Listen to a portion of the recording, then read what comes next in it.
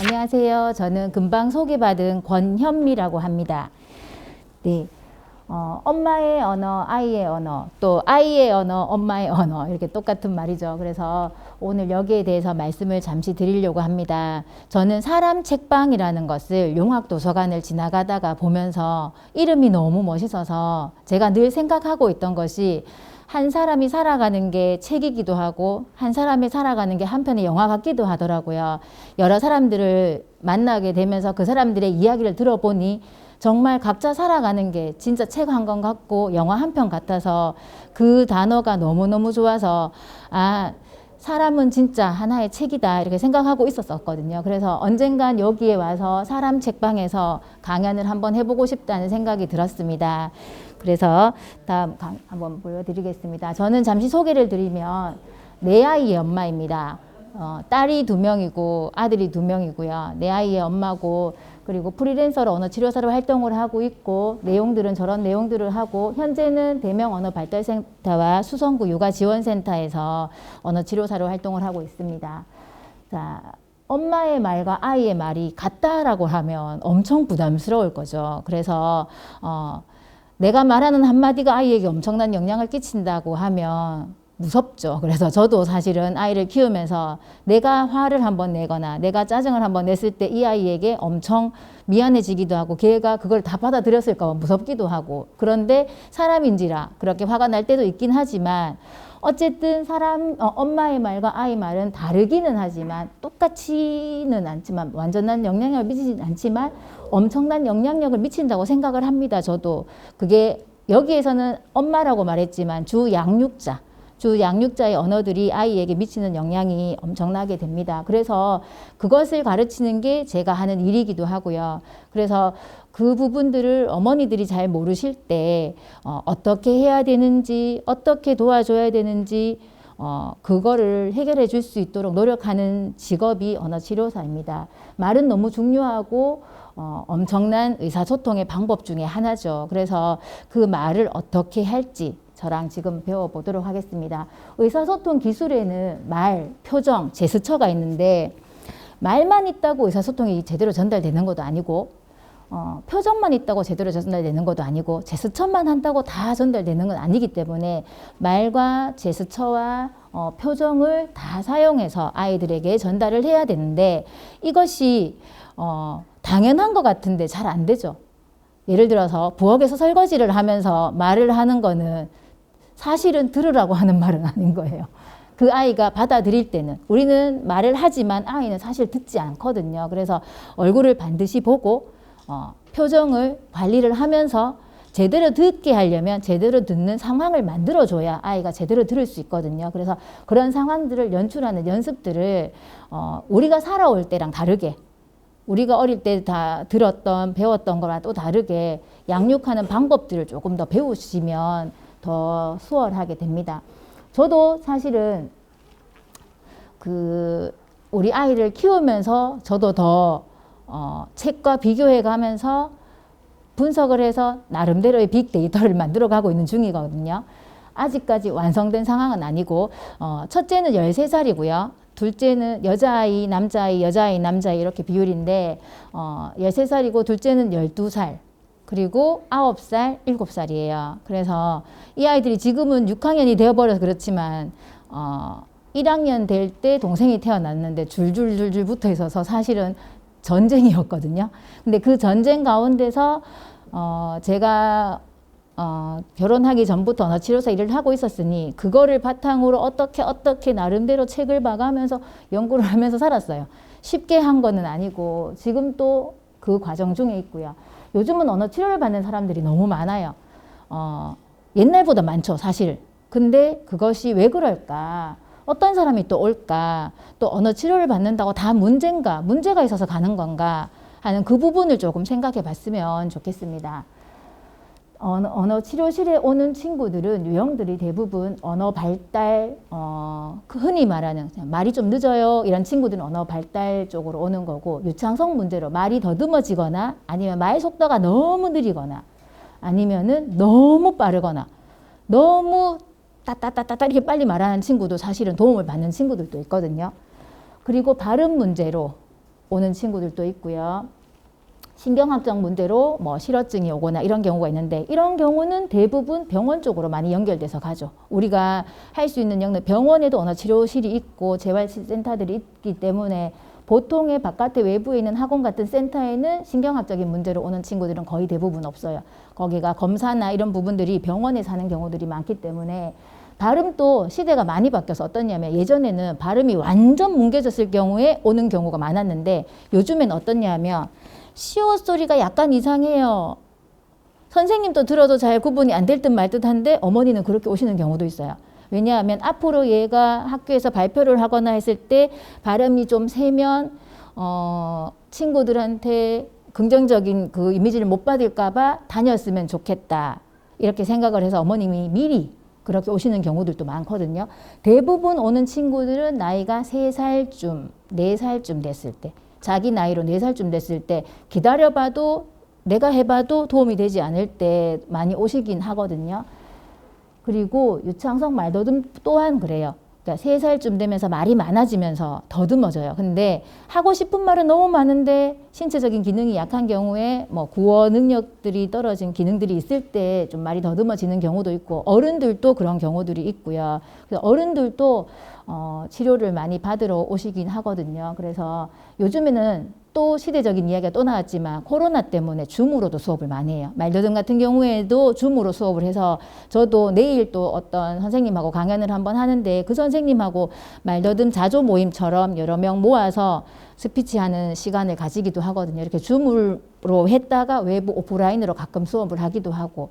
근데 그 경우에는 너무 좋은 게 뭐냐면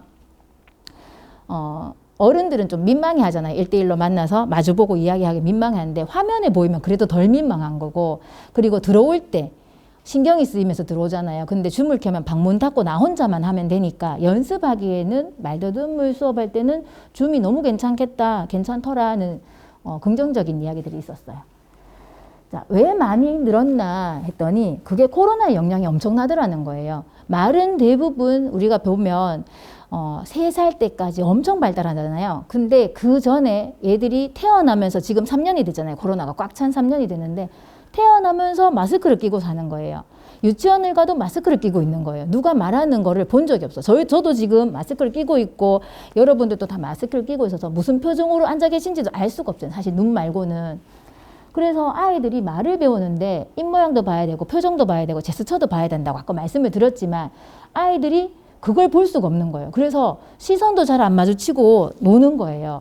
그러다 보니까 점점 늦어지는 거예요. 그리고 집에서는 엄마 아빠가 일하는 분들이 많다 보니까 아까 말씀드린 것처럼 설거지를 하면서 이야기를 하는 거예요. 이렇게 막 청소를 하면서 이야기를 하는 거예요. 그러다 보니 아이들이 바깥에서도 못 배우고 집에서도 배울 기회가 예전에 비해서 너무 확연하게 줄었고 놀이터에서 놀아도 친구 입을 보는 게 아니라 친구 행동밖에 안 보이는 거죠. 그래서 과한 행동을 해야 친구가 봐주는 거죠.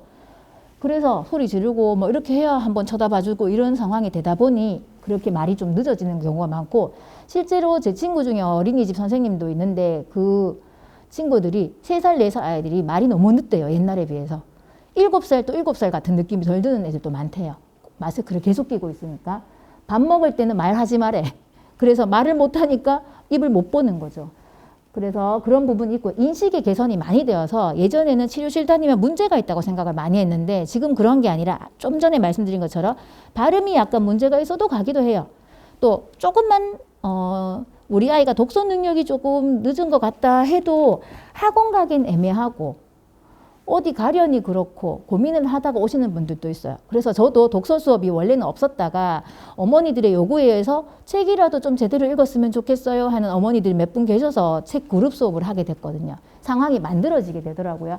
그리고 의사소통으로 말보다는 학습 위주로 한다는 이 말이 뭐냐면 글씨부터 막 가르치시게 되더라고요. 사실은 알면 보여지게 될 건데 그거를 어느 시기에 아이가 뭐 글씨를 빨리 가르치자 늦게 가르치자 말이 아니라 어떤 시기가 됐을 때 얘가 상황을 분석도 아직 못하는 상황인데 글씨부터 공부부터 하니 얘들이 다른 영역에서 사회적인 부분들이 사회성들이 조금 빠지더라는 거예요. 그러면서 사회성 때문에도 그룹 수업을 하기를 원하시는 분들도 계십니다. 그리고 환경적인 영향으로 온 식구가 말이 적어. 상황은 코로나고 온 식구가 말이 적어. 말을 들을 데가 없는 거예요. 말은 TV에서만 보고 유튜브에서만 보는 거예요. 그러다 보니까 유튜브는 이렇게 딱딱딱 끊어져서 나오니까 툭 치고 빠지는 말밖에 안 하는 거죠. 그래서 제대로 정확하게 배울 방법이 없어서 그런 환경에 취하기도 하고 타고나는 아이들, 조금 늦게 타고나는 친구들도 있고요. 그런 부분들이 있어서 뭐 보시면 좋겠고요.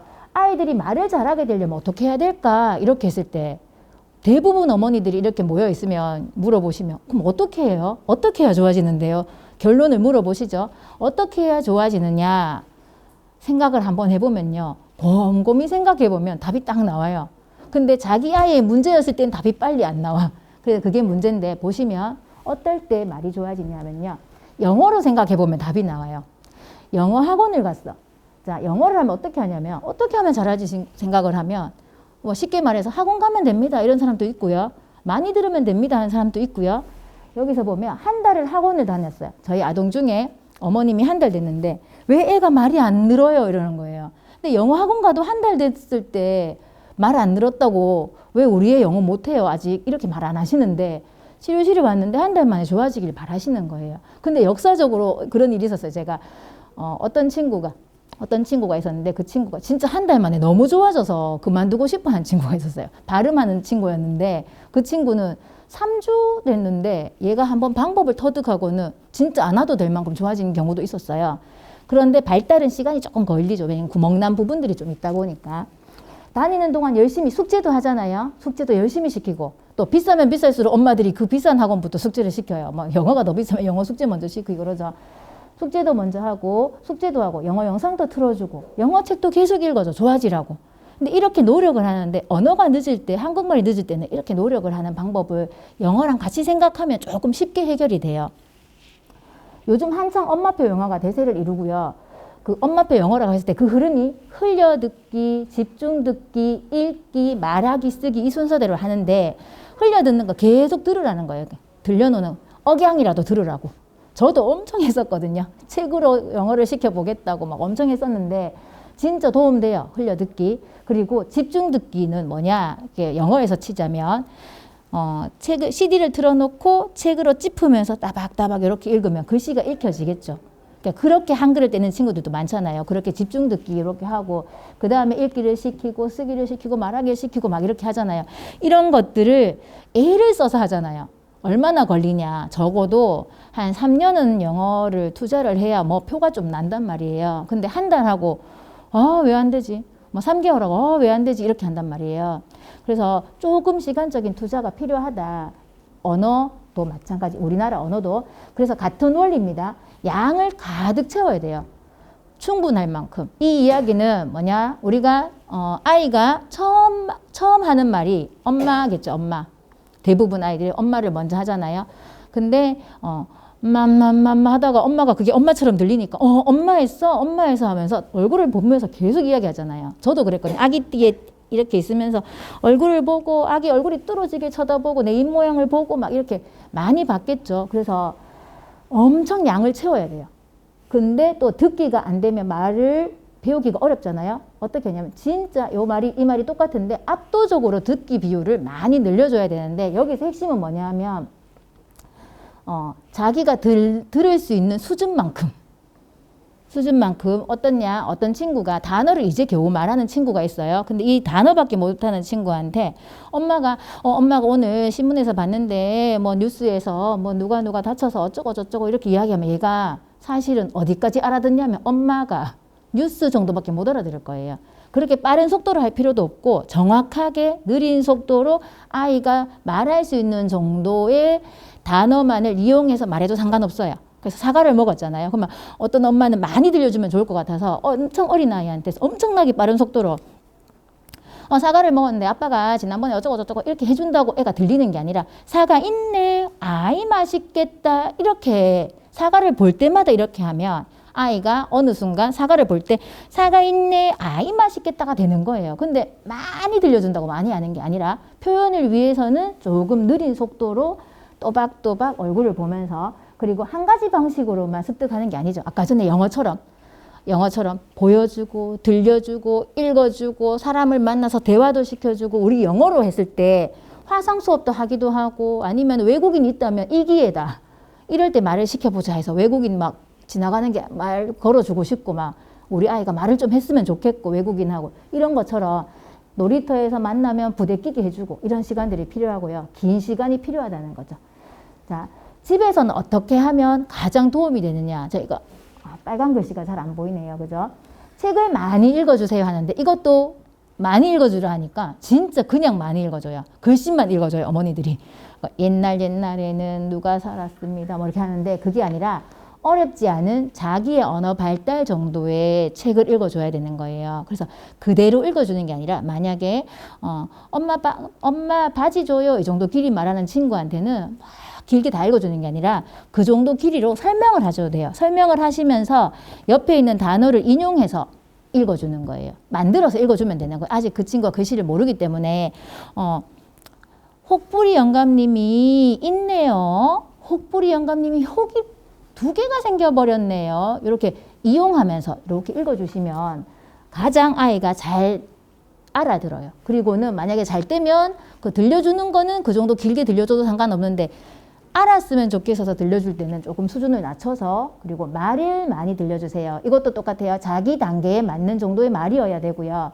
그림책을 보여주세요. 제가 적어놨는데 지금 제가 2학년 그룹 수업을 하는 친구들이 있는데 그 2학년 독서 수업을 하거든요. 그 친구들을 어떻게 하냐면 글씨를 엄청 잘 읽고 잘 듣고 뭐 말도 잘하죠. 근데 어휘 선택이 좀 약해요. 애들이. 많이 보지 않아서 표정들을 많이 보지 않아서 책을 볼 때 글씨만 봐요. 글씨를 일찍 배웠더니 글씨를 자꾸 봐요. 그래서 그림을 자꾸 보게끔 해주셔서 그림에 그 아이 표정과 이 사람이 어떤 말을 했을 때 행동이라든지 이런 부분들을 자세히 보게끔 자꾸 유도를 해줘야 돼요. 저 친구 화났나 봐. 근데 저 친구는 화났는데 이 친구는 왜 화가 안 났지? 뭐 때문에 이렇지? 나도 옛날에 이런 적이 있었는데 이 아저씨처럼 이렇게 화난 적이 있었어 하고 이렇게 표정을 자꾸 살피는 상황을 만들어 주셔야지 아이가 사회생활 할 때도 도움이 돼요. 다른 친구가 어떤 얼굴로 말하는지 이렇게 살필 수 있도록 해줄 수 있거든요.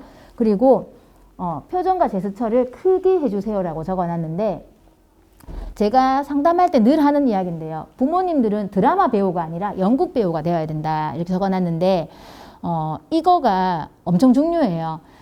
드라마 배우는 이렇게 줌을 해주죠. 줌을 해줘서 눈물이 고이는 것도 보여주고 코가 실룩거리는 거 보여주지만 아이들은 이렇게 그런 미묘한 걸 쳐다보지 않거든요. 그래서 어릴 때 자기 할 일이 바빠서 막 그렇거든요. 그래서 이런 경우에는 어떻게 하냐면 연극 배우들이 보면 과하게 행동하잖아요.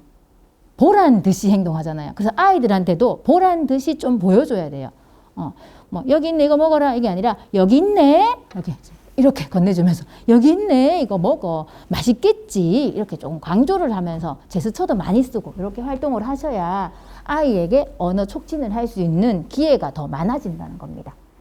제가 그림책을 하나 소개시켜드리고 싶은데 이 이야기가 내 귀는 짝짝이라는 책인데 이렇게 그림책을 보더라도요. 표지만 보고도 한참 이야기할 게 있는 거예요.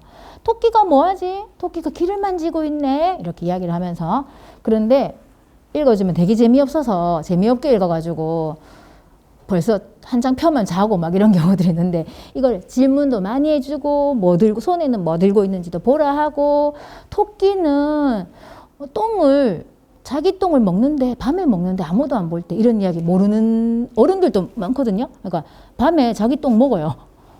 그래서 그런 것들도 사전 정보들이 좀 조사를 하셔서 읽어줄 때 친구한테 들은 이야기처럼 자꾸 들려주시는 거예요. 토끼가 그런데 귀가 한쪽이 내려갔네, 잡고 있네. 이렇게 하는데 얘가 짝짝이 귀를 가졌어요. 제가 이 이야기를 좀 읽어드리는 나중에 끝날 때쯤 되면 어떤 느낌인지 한번 함께 보시면 좋을 것 같아요. 책을 읽어도 약간 기대하게끔 읽어주시면 좋을 것 같고요. 토끼니까 당근이 엄청 많죠. 여기 이렇게 토끼가 많아요. 이렇게 토끼가 많은데 한 마리만 다르게 생겼어요. 귀가 한쪽이 축 늘어졌어요. 내 귀는 짝짝이. 표정 지금은 좋죠. 지금은 좋은데 나중에 점점 안 좋은 상황이 되거든요. 이런 표정들도 잘 봐야 돼. 그래야지 애들이 누구랑 친구들 표정들도 보고 그러면서 사회생활을 배워가는 거예요. 책을 통해서. 페이지는 읽어드릴게요. 세상에는 뚱뚱한 토끼도 있고 홀쭉한 토끼도 있어요. 이거를 사람으로 바꿔서 생각하셔도 됩니다. 키 큰 토끼도 있고 키 작은 토끼도 있어요. 똑똑한 토끼가 있으면 멍청한 토끼도 있고 깔끔한 토끼가 있으면 털털한 토끼도 있죠. 남자 토끼가 있으면 여자 토끼도 있고요. 하지만 토끼라면 누구나 길쭉한 귀가 2개 있어요. 리키도 길쭉한 귀가 2개 있어요. 단지 어떻게 됐을까? 단지 리키 귀는 남들과 조금 달라요. 원래 토끼의 귀는 쫑긋한데 양쪽 귀가 모두 쫑긋한데 리키는 오른쪽 귀는 축 늘어져 있어요. 친구들이 그래서 놀려요. 표정 보세요. 굉장히 스트레스 받겠죠. 이런 경우들을 이야기하다가 너 이번에도 막 친구 놀리는 친구 있어? 막 이렇게 물어볼 수도 있겠죠. 그래서 리키가 노력을 합니다. 무슨 노력을 하냐? 나도 저 친구들처럼 귀가 쫑긋했으면 좋겠어서 정말 귀여운 생각을 해요. 나무에 매달려서 거꾸로 있어요. 그런데 이렇게 계속 있을 수는 없잖아요. 내려가면 또 내려오잖아요. 그래서 어쩔 수 없었어. 그래서 두 번째는 뭐냐면 할머니가 만들어주신 주전자 커버를 머리에 덮었어요. 그런데 친구들이 놀려요. 그런다고 귀가 뭐 다시 올라가냐 뭐 이렇게 되는 거죠. 세 번째는 아기가 지금 뭐를 들고 있어요. 토끼 아기가. 뭐를 들고 있는데 손에 당근을 들고 있죠. 당근이 그런데 여기 안에 있어요. 귀 안에. 왜 그러냐면 이렇게라도 세우고 싶은 거예요. 근데 친구들이 또 놀리는 거예요. 뭐라고 놀리냐면 그 귀 먹어도 돼? 이렇게 놀리는 거예요. 또 기분이 엄청 안 좋아졌죠. 근데 여기 막대기를 꽂으면서 리키가 귀를 세웠어요. 기분이 안 좋은 상태인데도 막대기로 귀를 종긋이 세웠어요. 근데 더 웃었어요, 친구들이. 이번에는 붕대로 감아봤어요. 그래도 친구들이 웃었어요. 이번에는 빨래집게로 찝어서 낚싯대를 끼워봤어요. 그래도 친구들이 웃었어요. 이런 이야기들을 그리고는 또 더 노력을 했을까? 어떻게 됐을까? 이렇게 막 물어보죠. 친구들이 이번에는 더 웃었죠. 풍선을 달아봤어요. 귀는 쫑긋하게 됐지만 친구들은 얘를 막 놀리고 웃겨버렸죠. 그래서 이런 상황이 실제로 뭐 우리가 말이 늦는다든지 남과 조금 다르다든지 하면 이런 상황들이 생기잖아요. 그래서 책을 읽을 때도 이런 이야기들을 계속 해주면서 읽는 거예요. 그래서 얘가 결국은 화가 나서 어떻게 했냐면 숲에 가서 아무도 안 듣는 데서 이 보기 싫은 길을 싹둑 잘라버릴 거야. 두고 봐. 바보 같은 심술꾸러기 녀석들 다시 안 볼 거야. 절대로 하면서 진짜 절대로 안 보고 싶은 게 아니라 너무 화가 난 걸 표현한 거죠. 그래서 하다가 엉엉 울다가 고민을 했어요. 그래서 나중에 어떻게 하기로 했냐면 울고 나면 우리 조금 해결될 때 있잖아요. 막 엉엉 울다가 마음을 다스리고 병원에 가봐야겠다. 얘가 병원을 가요. 의사 선생님을 만나요. 의사 선생님 만나서 귀를 사진도 찍어보고 막 했는데 선생님이 듣는데 이상도 없고 괜찮다. 토끼마다 귀는 다 달라. 우리도 사람마다 다 다르잖아요. 다 장점도 있고 단점도 있고. 근데 얘는 단점만 자꾸 보이는 거죠. 친구들이 놀리니까. 그러니까 걱정하지 말고 당근 먹고 잘 자라라. 이렇게 이야기를 한 거예요. 그래서 얘가 갔어요. 엄청 용기를 내서 갔겠죠. 오래간만에 가니까 친구들이 뭐라냐면 네가 없어서 심심했대요. 사실은 심심했대. 심심했어. 그래가지고 내 귀는 짝짝이야. 엄마 귀는 예쁜 귀고 아빠 귀는 튼튼하고 할아버지 귀는 날카롭고 할머니 귀는 보드랍잖아. 맞아. 나는 그냥 다를 뿐이야. 내 귀는 짝짝이야. 이렇게 하면서 가는 거예요. 그래서 하나는 서 있고 하나는 내려와 있고 그냥 내 귀는 이래 하면서 웃으면서 상상하면서 간 거예요. 그래서 리키한테 갔더니 친구들이 너 귀 낳는 방법 알아냈어? 이렇게 이야기하는 거죠. 알아냈어? 하니까 친구가 얘가 뭐라냐? 알아냈어. 어떻게 알아냈을까요? 뭐라고 알아냈을까요? 알아냈니? 그래서 내일 너희들 동산으로 놀러 와. 당근이랑 끈 가지고 와. 이렇게 된 거예요. 그래서 당근하고 끈을 가지고 내일 만납니다. 어떻게 만나냐면 이렇게 끈을 당근에 묶어서 귀에 묶어서 다 똑같이 만들어줬어요. 그래서 리키는 처음으로 친구들하고 행복했대요. 처음으로. 그래서 이렇게 리키는 처음으로 리키도 친구들도 모두 똑같아져서 리키는 행복했답니다. 이러는 거예요. 그래서 이 이야기를 제가 읽어드린 이야기는 뭐냐 하면 모든 아이들이 단점도 있고 뭐 있지만 해결을 이렇게 유머러스하게 해결을 하는 이런 거를 보면서 저도 마음이 가장 문제인 것 같아요. 도움을 받고 도움을 요청을 하고 도움 받을 일 있으면 받고 또 알려야 도움을 받을 수 있으니 주변에 만약에 말이 늦는 친구가 있거나 근처에 또 그런 친구들이 있거나 어린이집에 누가 있거나 있을 때 조금 지켜봐 주시고 미리 말씀해 주시면 좋을 것 같고요. 제가 수업을 하면서 상담을 오잖아요. 새로운 아동들 상담을 하면 7살, 8살 이렇게 늦게 오시는, 그러니까 언어 발달은 정말 어떤 특정한 시기에 확 늘잖아요. 3살, 4살 이렇게 확 느는데 조금 늦게 온 친구들한테 왜 이렇게 늦게 오셨어요? 어머니한테 물어보면 어머님이 뭘 하시냐면 할머니가 우리 집안에는, 시댁의 집안에는 말이 다 늦다고 하셔서 이렇게 이야기하시거나 아니면은 얘들 아빠도 늦었어요. 아니면 제가 늦었어요. 그래서 때 되면 할 거라고 생각했어요. 이렇게 기다리는 거예요. 그런데 저는 느낀 게 뭐냐면 그거는 결국은 누구 이야기 때문에가 아니라 내가 책임을 져야 되니 시도는 어디 상담이라도 테스트라도 한번 받아보고 안 하더라도 테스트를 받아보고 안 하더라도 그렇게 했으면 좋겠어요. 왜냐? 저도 우리 아이가 영어를 갔을 때 빗대어서 말하면 영어 학원에 갔을 때 우리의 영어 수준이 어느 정도인지 테스트는 해봐요. 근데 다니지 않아요. 지금 큰애는 최근에 다니긴 한데 엄청 늦게 보내고 싶어서 테스트는 해보고 어느 정도인지는 알아야 되는 거예요. 객관성이 필요해서. 근데 주변에 만약에 엄청 막 말이 빠른 동네에 있고 엄청 늦은 동네에 있어. 그러면 얘는 늦어도 늦은 줄 모르고 살고 얘는 빠른 애 있으니까 얘는 빨리 연습을 한단 말이죠. 그래서 객관적인 그 잣대를 한번 평가를 한번 해보면 새롭게 이런 걸 해주면 좋겠다. 팁을 얻어온다는 거예요. 가서 뭐라도 하나 얻어오는 거예요. 저도 상담을 갔더니 영어 학원 상담을 갔더니 선생님 어머니 뭐 이런 문법이 약하네요. 아니면 독해는 잘 되는데 듣기가 약하네요. 아니면 듣기는 잘 되는데 뭐가 약하네. 듣고 나면 그러면 뭐 하지요? 이렇게 물어보면 조금 팁을 얻어가잖아요. 그래서 상담도 자주 갈 수 있으면 아주 자주는 아니지만 뭐 6개월 아니면 안 다니는 상황이라면 뭐 10개월 요 상간에 두고 상담을 다녀봤으면 좋겠다는 생각이 들어요. 그리고 언어 발달에 있어서 가장 중요한 것은 제가 이야기를 꼭 전해드리고 싶었는데 사랑한다고 많이 말해주세요. 생각보다 쉽지 않죠. 어릴수록 더 사랑한다 말을 많이 하지만 좀 커갈수록 좀 적게 하게 되잖아요. 그 말은 누구든 기분을 좋게 해주는 말입니다. 사랑을 많이 받은 아이가 친구 관계 속에서 사랑을 받고 자존감이 높은 아이로 자랄 가능성이 아주 크기 때문입니다. 자, 이것이 왜 언어에 영향을 주냐면 사랑을 많이 받는 행동들을 하게 되면 또 더 접점이 더 생기니까 그래서 말을 더 많이 들을 기회도 생기고 더 많이 배울 기회도 생기기 때문에 집에서 사랑을 많이 받고 밖에서 사랑받는다고 느낀다면 더 많이 들릴 거라는 거죠. 이야기들이. 아이의 이야기들이. 끝까지 들어주셔서 감사합니다. 그리고 저는 마음을 움직이고 싶은 언어치료사 권현미였습니다. 감사합니다.